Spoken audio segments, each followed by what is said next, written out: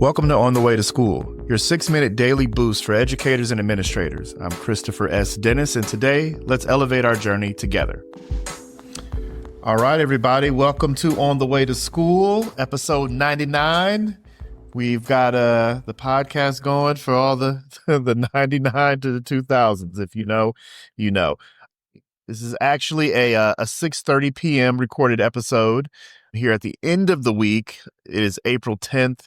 And I have been sitting back, resting on my laurels, because these episodes are pretty sentimental and significant to me. The episode 99 and episode 100 are, milestones for the podcast. So I've taken some time to really decide if I was going to just kind of blow past these numbers and get to those milestones, or if I was going to wait until I had something to say.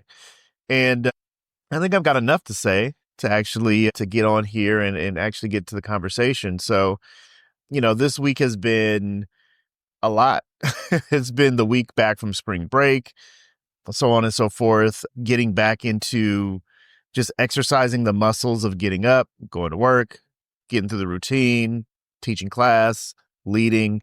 And there's a fatigue factor that comes in when you have reentry from any time off. That includes from a professional development, conference or anything like that. Reentry is always something different.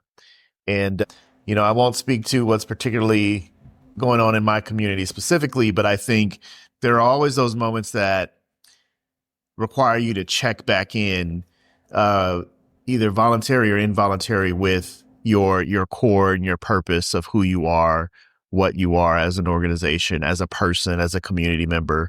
And we've definitely been in that kind of week.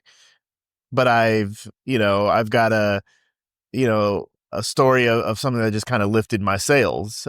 Both of my sons are running track for the school, and I was able to go see them run at a track meet yesterday actually, and didn't tell them I was coming, and just kind of popped in and caught my oldest son, DJ, caught him running the mile, caught him on his third lap, and just was able to watch him in stride and watch him finish strong, and took videos, put those into the group chat, and then was able to watch. He ran the mile and the 800, did great.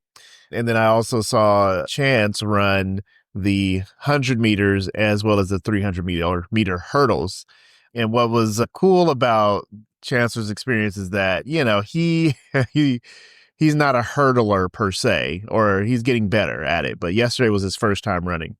And so I'm watching the race, but I'm also recording on my phone and kind of talking through the video to the parents to the left and the right of me. And on his second hurdle, I saw him hit it. So on the video, you can hear me say, "Oh," just kind of coaching him through my own voice. So by the time he gets around the curve and he's in front of right where the parents are, he hits a hurdle again and he falls. And on the video, I'm like, I was cheering him on. I'm like, "Hey, sprint between the hurdles." Then he falls, and I'm like, "That's okay. Get up, baby," and just get right back to just cheering him on. And it was a very interesting experience to be in that spot as a parent, where you literally see your child fall, and you say the thing that he needs to hear, which is get up. But then to just see him get up was really important. It was important for me to see it, and it was for sure important for him to do it. And at the end of his race, he was kind of, a good number of his teammates and his brother went up to him to check in on him. His coach went up to check in on him and embrace him, hug him, encourage him, and just show him love. And the display of just sportsmanship and care that they gave him was so important for his development. Number one, because he ran a race that he didn't necessarily want to run. He was encouraged to do it by his coaches because the school needed points, and he also was fast. He could contribute. So he had to push past his own doubt, do something for the greater good of the team. In the midst of that, facing a challenge and falling, but having to make the choices in an instant to get up, but also being surrounded by love and swarmed at the end.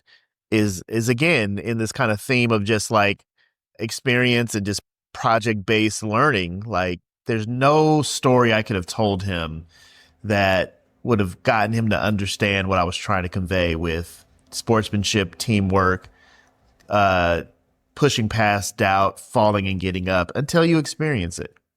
So there's the theoretical knowledge, but then there's the experiential knowledge. And in that one instance, he was able to experience all of that.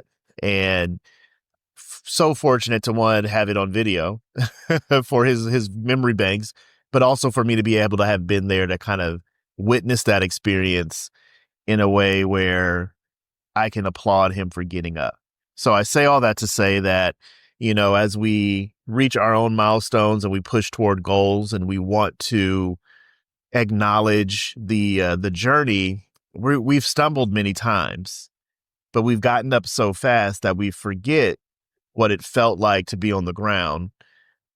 Because there's one thing about falling: once you hit the ground, if you're anything of a resilient person, you know that as soon as you touch the ground, you pop back up. You don't stay down long because you don't want to necessarily have to feel what it feels like to be down there if you can avoid it. And sometimes in life, through tragedy and things like that, we don't get the chance to pop back up. So while it's important to pop up, it's also important to feel all the feelings and get through the things that are tough and hard, and trust yourself in knowing that this season is just that. It's a season. There was something before it and there's something after it. So I encourage all of you to keep pushing past whatever that moment is. And once you cross the finish line, you will be surrounded with warmth and love. So hopefully that's something helpful for you, whether you're listening to this on the way to school or on the way home from school. Take care. Episode 99. It's a milestone, folks. All right, take care. Thanks for joining me on the way to school. Stay inspired, stay motivated, and keep making a difference. I'm Christopher S. Dennis. See you tomorrow.